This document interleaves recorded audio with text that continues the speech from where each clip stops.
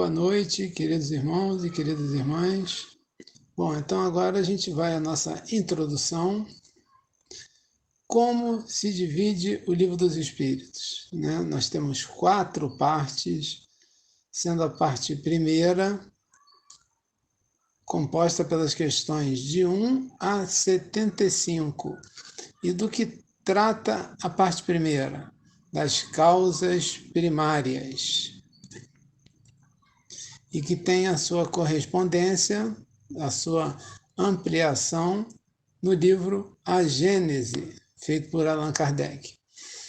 E alguns podem pensar, mas 75 questões é pouco, né? Só 75? Mas são questões extremamente densas, filosóficas, de ordem científica, questões em que muitas vezes nós ficamos 2 encontros para tratar de alguma delas. A parte segunda é a parte mais interessante, pelo menos em termos de novidade, né?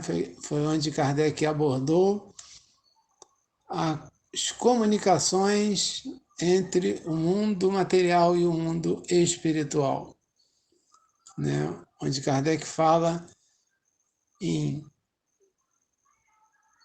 613 é o número da última questão, e 76 é o número da primeira. Quase 550 questões acerca desse plano espiritual, o mundo dos espíritos, que se complementa no livro dos médiuns. A parte terceira já vai das questões 614 a 919. 919 é a grande reflexão de Santo Agostinho, que compõe as leis morais, que foi ampliada, né, e trazida através da obra O Evangelho segundo o Espiritismo. E, por último, a parte quarta, que trata das penas e consolações, que vai das questões 920 a 1019. Também podemos dizer que é uma parte pequena, né? Aproximadamente 100 questões, que foi também complementado no livro O Céu e o Inferno. E quem quiser se aprofundar um pouco mais na doutrina espírita, tem o livro As Obras Póstumas de Kardec, que foram escritos, né, que ele fez de forma tranquila, serena, sem nenhum tipo de obrigação, e ali nós vemos um outro Kardec, né, tratando de outros assuntos. É uma obra também interessante. Além, claro, dos volumes da Revista Espírita de Paris.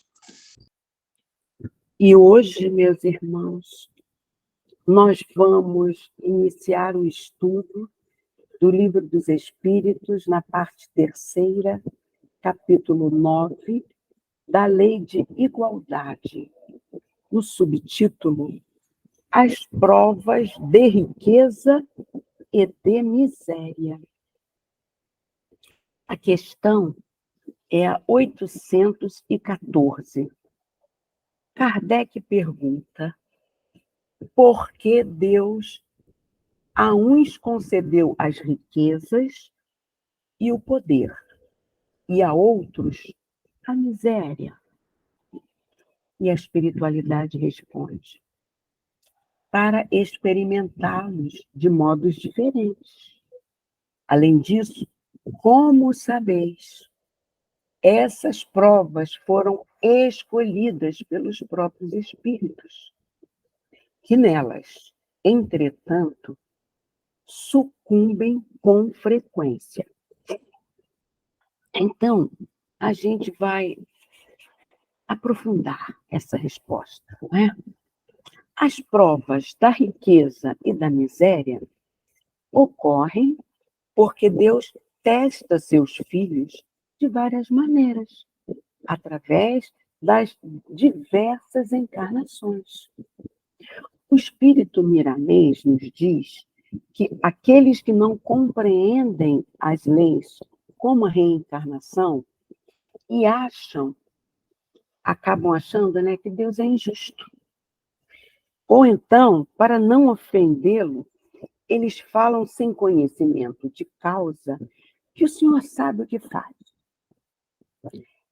Todas as duas versões são incorretas e sem sabedoria.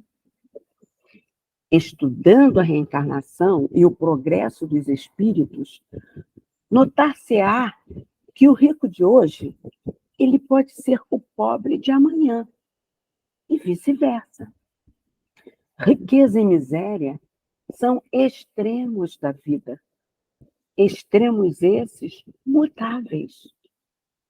Um pode ocupar o lugar do outro em se buscando experiências, enriquecendo os celeiros do conhecimento para a futura paz da consciência.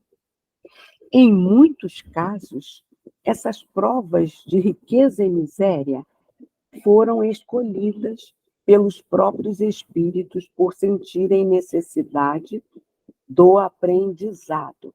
Então, ele está falando em muitos casos, não é sempre, não é?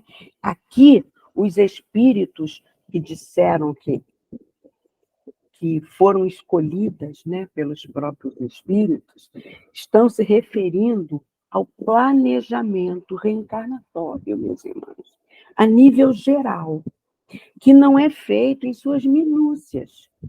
Nós sabemos disso, não é? O espírito, ele tem algumas nuances de como será a sua nova existência, tipo, né, que personalidade ele vai assumir, que provas enfrentará, como será o seu novo corpo, não é? Quais serão as ligações afetivas e familiares. Então, assim, delicadamente, a espiritualidade faz uma correção à pergunta proposta por Kardec, de ser rico ou pobre por conta de Deus. Isso porque o livre-arbítrio de pensar, agir, fazer escolhas, meus irmãos, é respeitado pelo Pai, sempre respeitando o nosso passado e as nossas necessidades evolutivas. Então, de acordo com a nossa evolução, nós teremos uma maior ou uma menor participação nas escolhas do nosso planejamento reencarnatório. Então, como exemplo, a prova da riqueza ou da pobreza.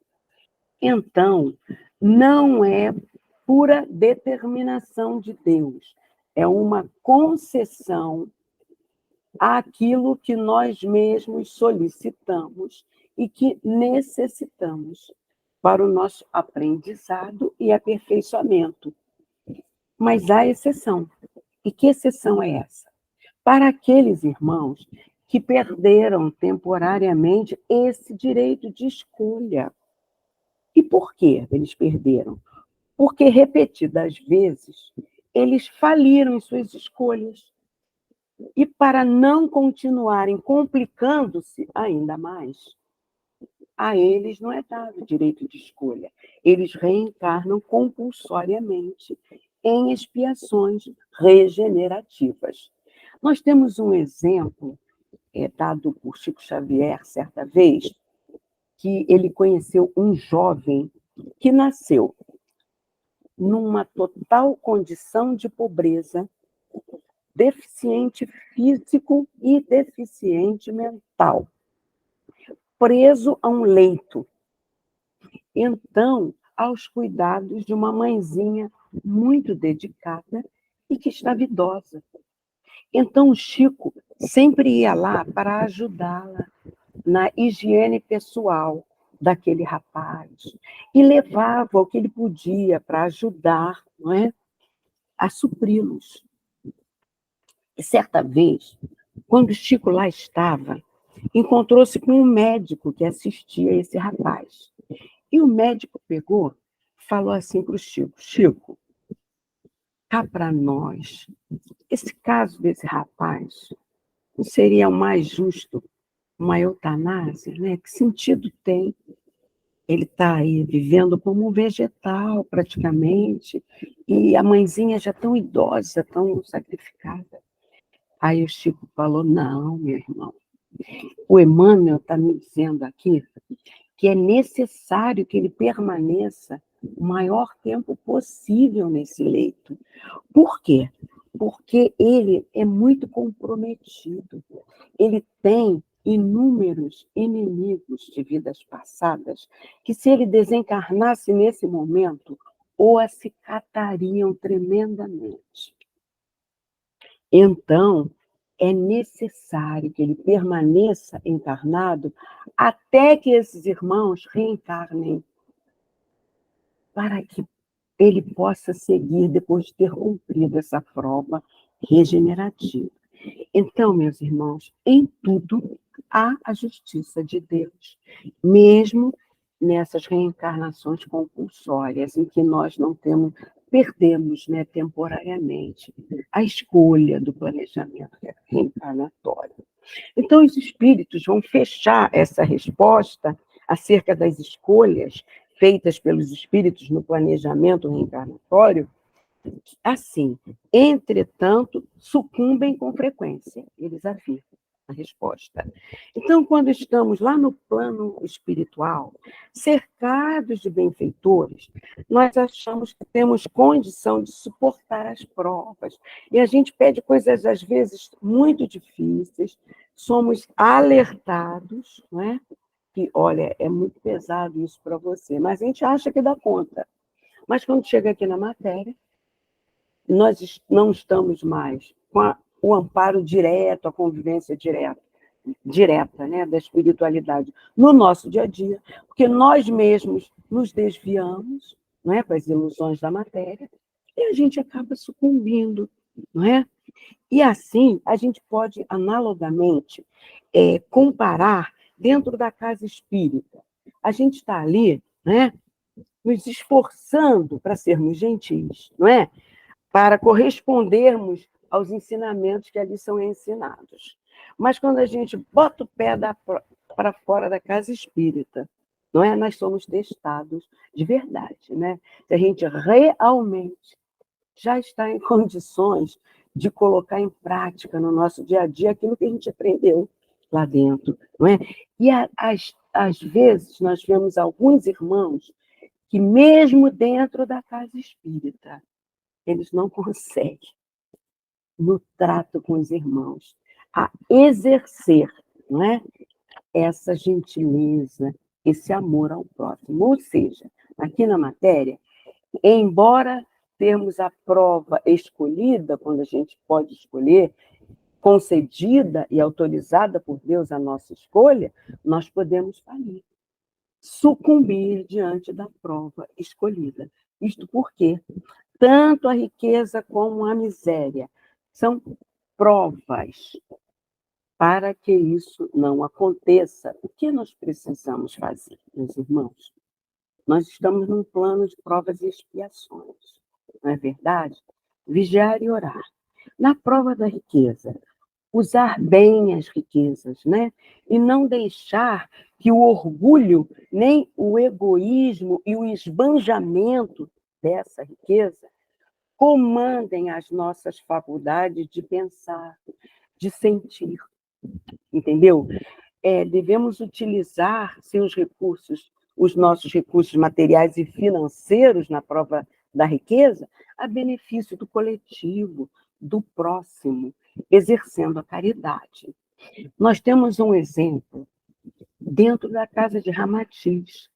O nosso presidente fundador, o senhor Antônio, foi uma pessoa um empresário bem-sucedido, né?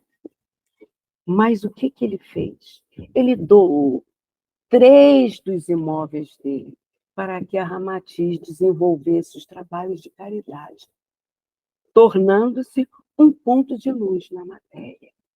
Isso é um exemplo, né, de empregar bem a riqueza. E na prova da miséria, a gente tem que ser paciente, Temos que ter fé na providência divina. Não podemos nos fechar à verdade da justiça e misericórdia de Deus, nem sermos egoístas, mesmo na miséria. Porque tem irmãos que estão vivenciando essa prova e ainda assim são egoístas. Entendeu? E aí, lembrando conforme Miramês nos diz que a função da reencarnação é despertar valores espirituais e morais das criaturas, levando-os aqui e ali por ação das leis naturais criadas por Deus. E lá no Evangelho segundo o Espiritismo, meus irmãos, há, no capítulo 16, no item 8, o seguinte esclarecimento: há ricos e pobres, porque Deus, sendo justo, cada um deve trabalhar a seu turno. A pobreza, e para uns, a prova da paciência e da resignação. Então, na pobreza, nós vamos trabalhar esses valores. E na riqueza, a prova da caridade e da abnegação. Então, pensemos nisso. Estudemos e trabalhemos honestamente, que as inspirações dos céus jamais nos faltarão. Tá bom? Vamos avançar para a questão 815.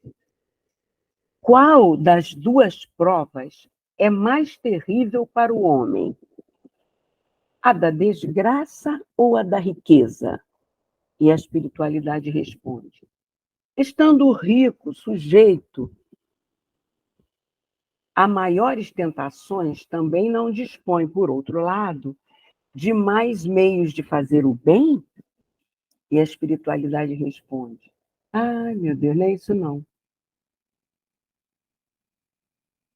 Eu li qual das duas provas é mais terrível para o homem, a da desgraça ou da riqueza? A espiritualidade responde: são tanto uma quanto outra. A miséria provoca as queixas contra a providência. A riqueza incita a todos os excessos. Essa foi a resposta, tá bom? Então, vamos aprofundar. Apesar da espiritualidade responder que não existem provas piores nem melhores, que elas são paralelas à necessidade do aprendiz, né? Há uma tendência entre nós de acharmos a prova da pobreza muito ruim. Há até um ditado popular que diz assim: é preferível sofrer tomando uísque numa cobertura da Zona Sul do Rio de Janeiro que sofrer as agruras dentro de uma comunidade do mesmo estado, entendeu? Mas é preciso refletirmos o quê? Deus só nos dá o fardo que nós conseguimos carregar. Estamos num planeta de provas e expiações. Portanto, ambas as provas são ruins, difíceis. Portanto, é equívoco achar que dinheiro, boa posição social, ou seja, sermos ricos, não seria, então, uma prova bem difícil. É sim. Todos passam por seus percalços.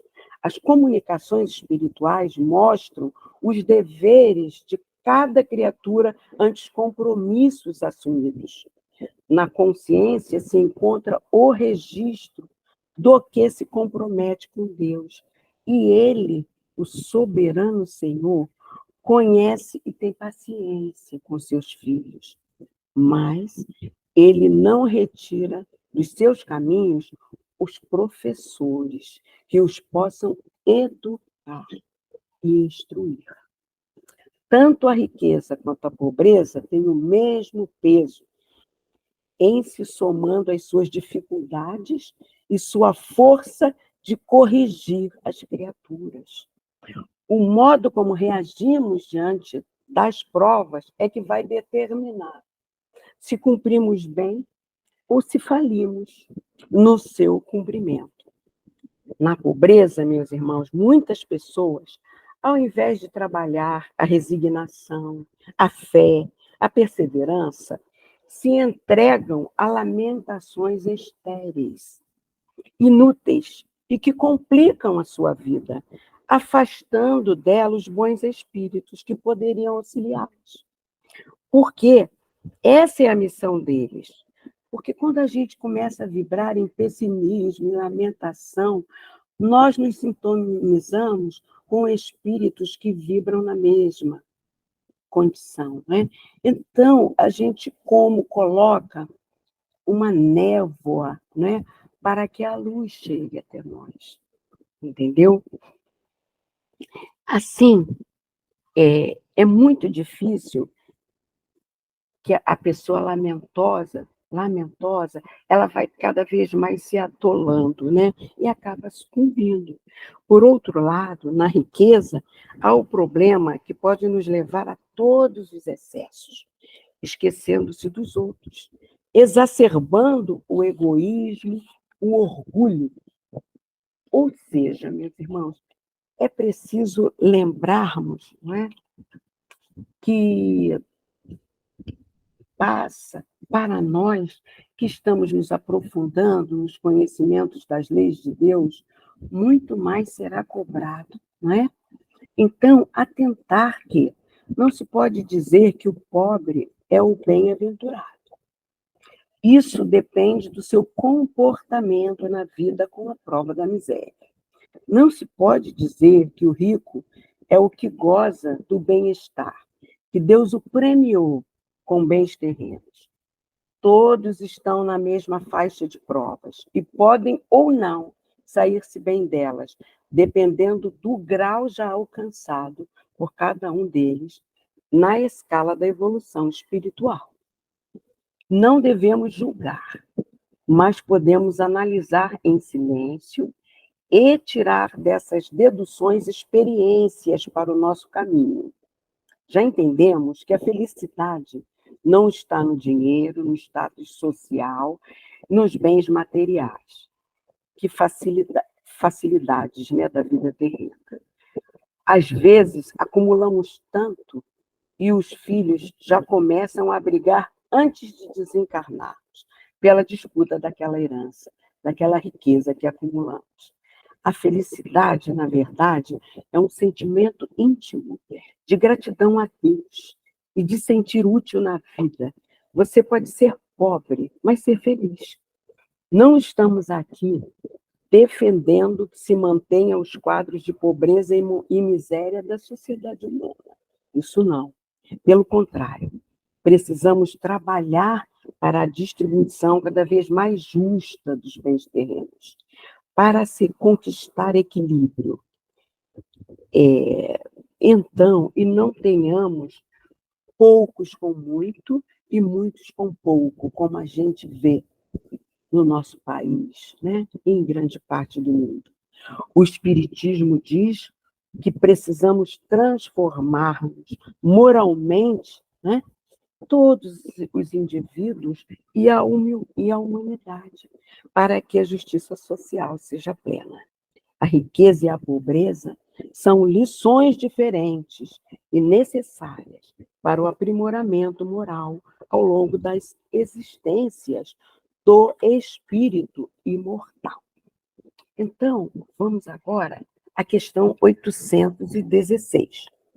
Estando o rico sujeito a maiores tentações, também não dispõe, por outro lado, de mais meios de fazer o bem? A espiritualidade responde, mas é justamente o que nem sempre faz. Torna-se egoísta, orgulhoso e insaciável. Com a riqueza, suas necessidades aumentam e ele nunca julga possuir o bastante para si unicamente. Aí, Kardec vai fazer uma observação, mas vamos primeiro analisar essa primeira parte da resposta dos espíritos. O rico, certamente, ele tem melhores chances de prestar serviços ao próximo, de oportunizar ao pobre ganhar o seu sustento para viver feliz com a sua família. No entanto, é o que não faz a maior parte dos ricos. Uns são obrigados a fazê-lo porque depende do trabalho daqueles. E não multiplicam seus bens, seus braços dos chamados miseráveis. Ou seja, com a riqueza, as suas necessidades materiais crescem, porque ele acumula muito para si, né? Ele quer cada vez mais. E eles gastam o que não deveriam em viagens pouco úteis, a lugares que os atraem, inspirados na vaidade e mesmo no orgulho. Assim, eles vão embrutecendo cada vez mais seu sentimento de caridade, que deveria ser exercitado com aqueles que os ajudam a ganhar a fortuna, proporcionando-lhes salários mais dignos, não é? Planos de saúde, tudo que eles poderiam fazer. É certo que muitos vieram com a provação da pobreza, não é? Mas o que é desperdiçado poderia amenizar o sofrimento desses irmãos. Então, tomemos cuidado em querer ter dinheiro, né? É um desafio muito grande, meus irmãos, porque ainda somos espíritos muito imperfeitos, moralmente inferiores. E podemos, sim, nos deixar levar pelo egoísmo, pelo orgulho e nos tornarmos insaciáveis. Daí o comentário de Kardec. A alta posição do homem neste mundo é o ter autoridade sobre os seus semelhantes. São provas tão grandes e tão escorregadias como a desgraça. Porque quanto mais rico e poderoso é ele, tanto mais obrigações tem que cumprir e tanto mais abundantes são os meios de que dispõe para fazer o bem e o mal. Deus experimenta o pobre pela resignação e o rico pelo emprego que dá aos seus bens e ao seu poder. A riqueza e o poder fazem nascer todas as paixões que nos prendem à matéria e nos afastam da perfeição espiritual. Por isso foi que Jesus disse: em verdade vos digo, que mais fácil é passar um camelo por um fundo de agulha do que entrar um rico no reino dos céus. Então, meus irmãos, iludidos com os prazeres do mundo, esquecemos que a reencarnação é para aprimoramento moral do nosso espírito imortal e que, sendo rico ou pobre, a existência material é finita e todos nós seremos visitados pela morte. Então, a escolha é nossa. Como estamos nos preparando para a grande viagem, a pátria espiritual? Como o rico da parábola do rico e de Lázaro, não é? Que não ajudava o Lázaro nem com migalhas. O Lázaro ali, pobre, enfermo, na porta da sua casa. Ele não fez nada. Mas quando o Lázaro morre primeiro e quando ele chega na pátria espiritual, ele vê que Lázaro está muito distante dele, muito iluminado, ao lado de Abraão. E aí ele fica querendo, né? Que o Lázaro, pedindo a Abraão, que o Lázaro molhe a boca dele que está seca, de sede, né? E aí o Abraão falou que não tem condição do Lázaro ir até ele, não é? Que ele recebeu todas as recompensas enquanto encarnado, que ele teve tudo na matéria, e o Lázaro não. E agora o Lázaro estava gozando das benesses espirituais. Por quê? Porque sofreu resignado.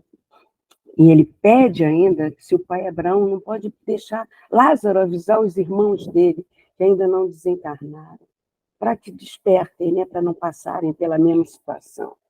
E aí o Abraão fala que se eles não ouvem nem a Moisés, nem aos profetas, como vão ouvir Lázaro, aquele mendigo que desencarnou na porta do palacete deles? Não é verdade?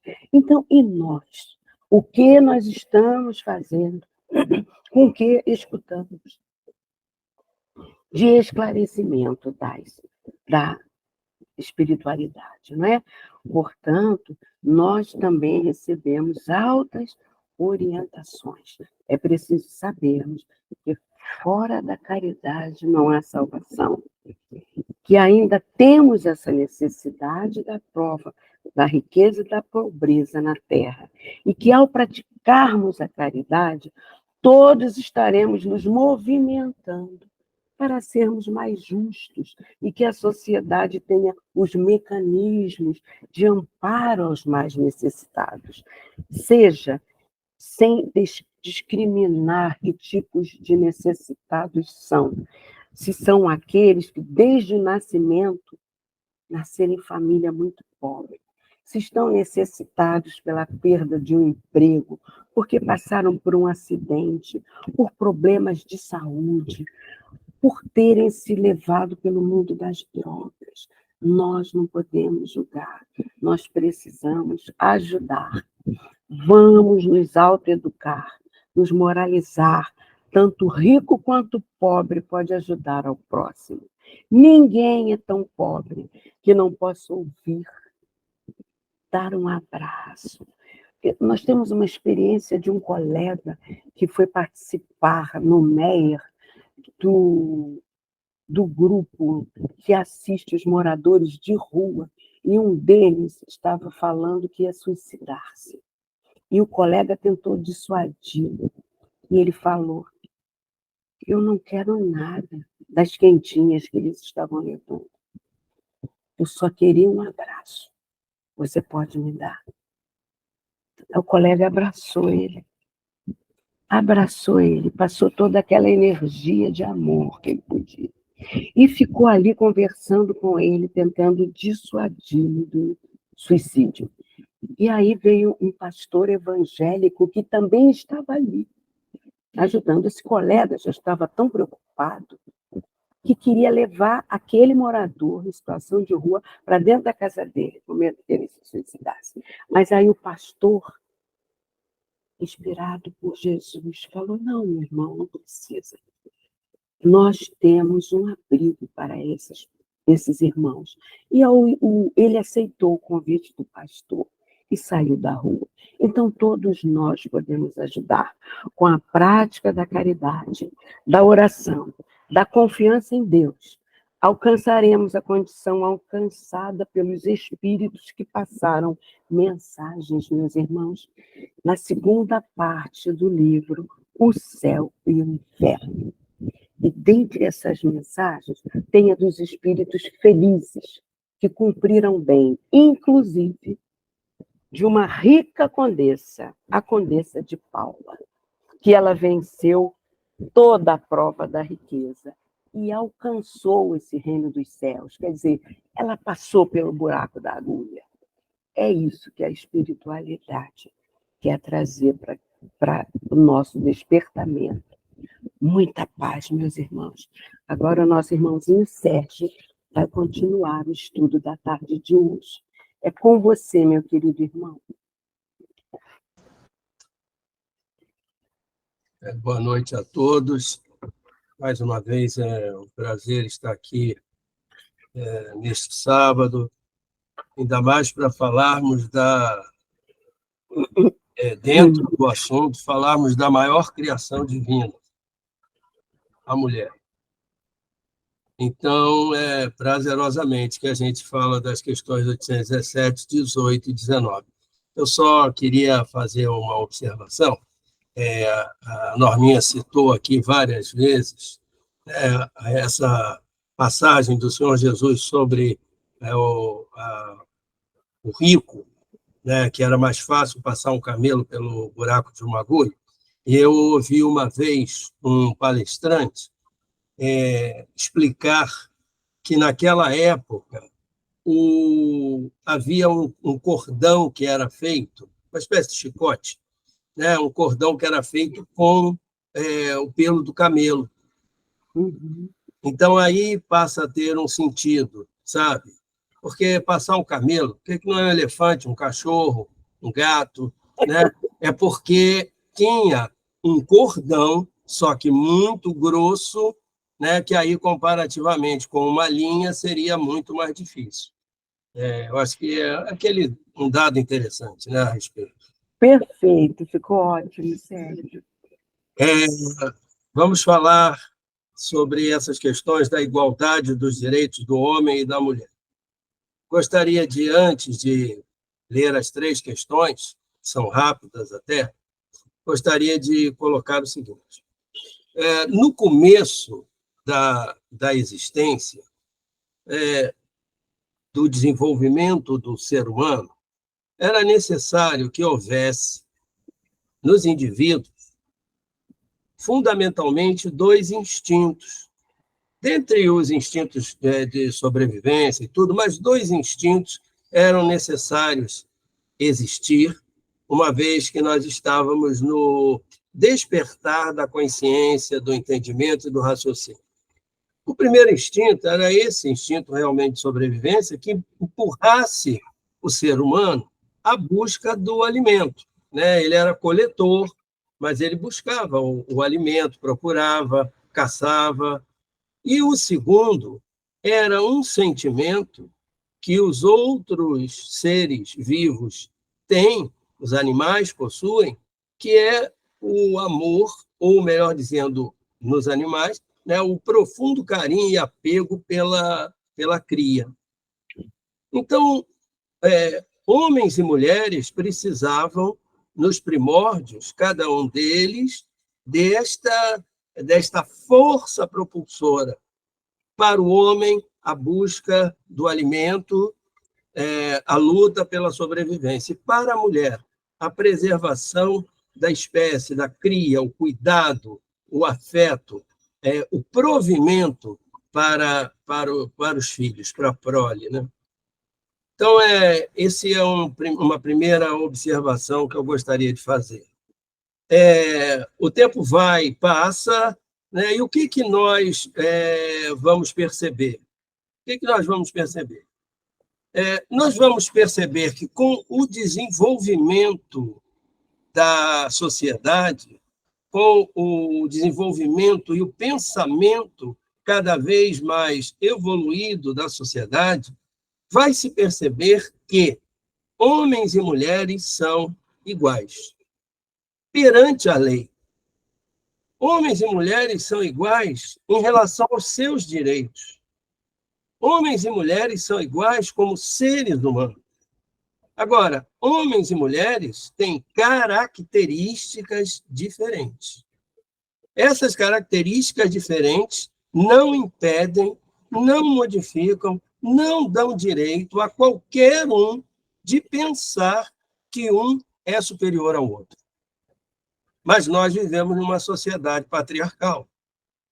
Então, nós vemos isso refletido no salário das mulheres, no desrespeito ainda existente, no feminicídio, em todas essas situações que nós encontramos no mundo ocidental.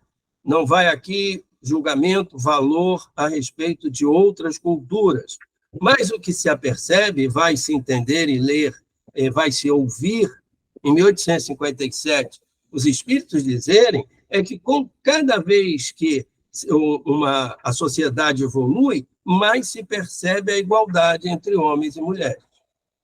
Agora, há aspectos a serem levados em consideração, por exemplo, e que não depreciam absolutamente nada.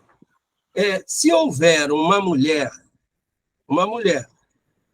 que vai concorrer com alguém, com um homem, no aspecto, eu vou levar para o campo desportivo, que é muito mais fácil de se estabelecer uma comparação e muito mais fácil de eu não me enrolar, né? Então, veja bem, se eu for concorrer com uma mulher que faz a maratona, uma mulher, ela treina, ela se exercita, ela corre os 47,5 km sempre. Se eu for concorrer com ela, quando chegar ali na Rua Uruguai, eu moro na Muda. Quando chegar na Rua Uruguai, ela já está na Praça Sans Penha e eu estou aos bofes, tentando entrar num barzinho para beber uma água. Então, veja bem, qual é essa questão que eu estou colocando? Que não é nem isso o aspecto do ser humano no que diz respeito à sua fisiologia, não é nem isso que vai fazer com que nós sempre achemos que alguém é superior ao outro. Se eu for hoje disputar, entrar num tatame para disputar uma luta com uma lutadora de karatê faixa preta, né, ela vai cansar de me bater. Não tem, é porque eu sou homem, isso não tem o menor problema, não tem nada a ver. É a competência, é a preparação que cada um tem e que pode colocar em desenvolvimento. É isso que vale. O que vale é a moral do sujeito. O que vale é a sua capacitação.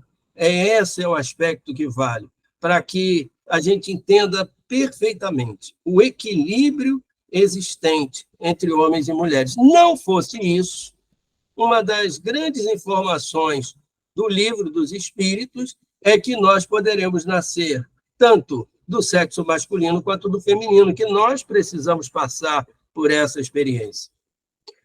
Comparando com a generosidade de vocês, não tem há várias experiências que nós passamos de um polo e de outro. Neste caso, eu estou me referindo a uma polaridade masculina e uma polaridade feminina.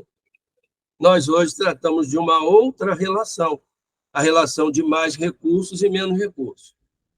É por isso que eu pedi a generosidade de vocês, para que não se compreenda que um é mais e o outro é menos. Eu só estou mostrando que nós passamos pelas experiências necessárias naquele métier, naquela situação. Então, é necessário que nós passemos tanto pela experiência do masculino quanto da experiência do feminino. Então, o que é claro, o que é objetivo, o que é direto, o que é de bom senso, o que é de uma lei de Deus imutável, é que somos todos iguais. Não é cor, não é gênero, não é nada disso que faz o sujeito ser mais ou menos do que o outro. Então, esse é o aspecto fundamental a ser colocado aqui. Tá certo? Agora, há aspectos que vão, por exemplo, vão em função da criação da sociedade, muitos aspectos ainda existem dentro das pessoas a respeito de uma sociedade paternalista. Ou paternalista não, patriarcal. Né? Muitas coisas acontecerão. Haverá mulheres que acham até que a posição masculina é mais importante. Haverá essa possibilidade. Né? Então, o machismo, quero colocar isso, ele não existe apenas entre os homens, não. Eu me lembro outro dia que havia uma manifestação claramente machista e pelo menos metade das pessoas que ali estavam eram mulheres. Então, é um pensamento muito mais do que qualquer outra coisa. E aí a gente pode até pensar assim, essa mulher que lá esteve, com todo respeito e sem blague nem nada, ela deve ter sido muito machista no passado. E ainda tem resquícios dessa situação, né? Porque às vezes é contra a própria mulher. Né? Muitas vezes, para a vítima, que é a mulher, descobre-se uma razão para aquela violência ter acontecido. Ela estava com a saia muito curta, ou ela tinha feito não sei o quê, ou ela sorriu. Ora, pelo amor de Deus, se uma pessoa sofre um abuso, né? Fazendo uma inversão total da vítima. Então, nós ainda precisamos caminhar muito, muito, muito, muito, muito. Muito mesmo. Então, agora eu vou para a questão 817, que é a seguinte. O homem e a mulher são iguais perante Deus e têm os mesmos direitos? O mundo espiritual responde. Deus não deu a ambos a inteligência e o arbítrio, né, do bem e do mal e a faculdade de progredir? Então, ele deu a eles as mesmas ferramentas. Por que não seria um mais do que o outro? Não tem o menor sentido. A própria essência divina, essa explicação já define tratados iguais. Perfeito?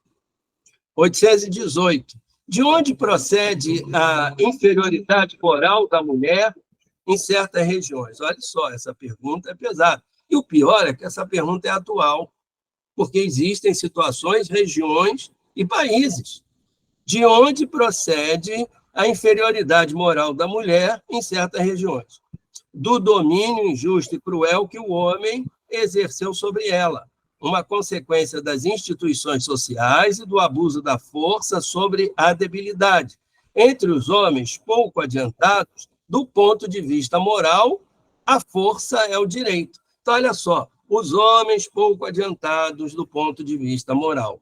Ora, com a evolução moral, haverá o quê? A equiparação, o entendimento de que todos somos iguais. Então, aonde não há essa igualdade, está vigindo a ignorância. Aonde não há igualdade, está vigindo a ignorância. Qualquer desigualdade, qualquer situação que trate os seres humanos diferentemente uns dos outros. Eu sou enfático nesse aspecto. Ele aqui vai falar, nós estamos falando para um público, né? As mulheres na época, 1857, então ele fala de uma fragilidade. Ora, essa fragilidade poderia ser física, tudo bem, mas a fragilidade moral, a fragilidade intelectual, ela nunca existiu. Ela nunca existiu. Se você tiver a curiosidade de procurar saber a respeito das grandes criações do mundo, das grandes evoluções do mundo, você vai ver que estarão lá presentes brancos, negros, homens, mulheres, igualdade. Igualdade. A NASA só botou um foguete lá em cima porque uma mulher negra foi trabalhar lá nos Estados Unidos. Vocês sabem disso, tem um filme maravilhoso sobre o assunto, né? Madame Curie está aí para falar, não é verdade? Outro dia houve o Prêmio Nobel de Medicina porque uma mulher e o seu estudo abnegado a respeito da vacina. Uhum.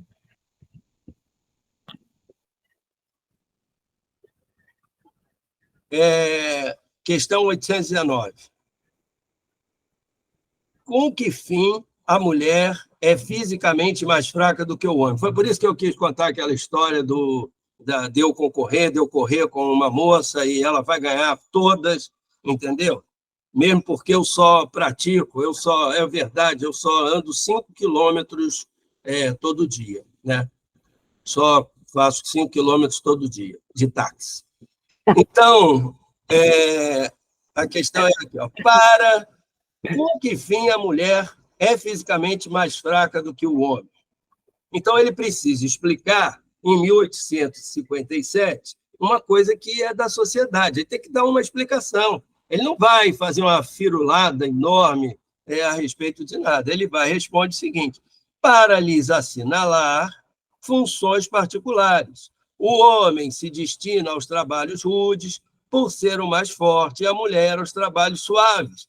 E ambos se ajudarem mutuamente nas provas da vida cheia de amargura. Isso aí tem alguma coisa a ver, lembra com aquela coisa que eu falei do início, em que tinha que haver um impulso para que houvesse o cuidado para poder os recursos serem, a comida, o alimento ser conseguido, a proteção até daquela tribo itinerante, enquanto que a mulher cuidava das crianças. Mas hoje isso já mudou completamente, né? Uma curiosidade, o próprio modelo da psicanálise freudiana, os próprios psicanalistas dizem, olha, serviu durante muito tempo, agora a estruturação familiar é outra, é preciso a gente pensar diferentemente. Então, quanto mais nós percebamos que em determinada sociedade, em determinado lugar, em determinadas leis, elas estão garantindo a igualdade entre todos, mais nós estaremos percebendo que estamos nos aproximando das leis divinas, que nos dão como iguais. E, para encerrar, me lembrando do meu tempo lá da Ramatiz, do palestrante, durante muitos anos, nas vezes que caía esse aspecto da mulher, eu terminava dizendo o seguinte: As mulheres são tão fantásticas, tão acima, que na próxima encarnação eu vou lá reivindicar, voltar homem para continuar amando vocês.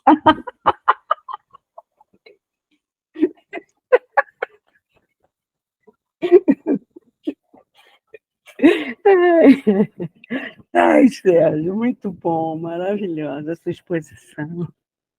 Você pode fazer a nossa prece final, querido?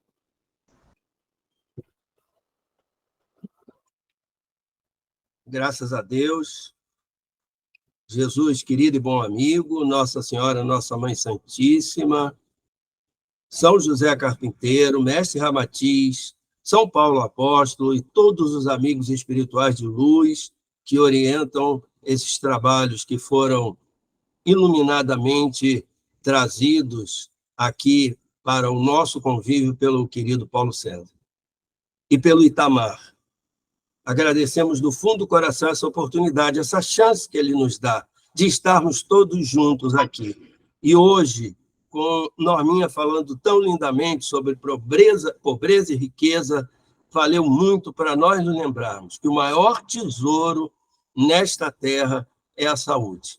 Sem ela, não adianta. Então, nós pedimos que o Senhor Jesus, médico dos médicos, lance sobre todos nós muita saúde para que possamos ter mais uma semana de luta, do bom trabalho, combatendo o bom combate. Graças a Deus.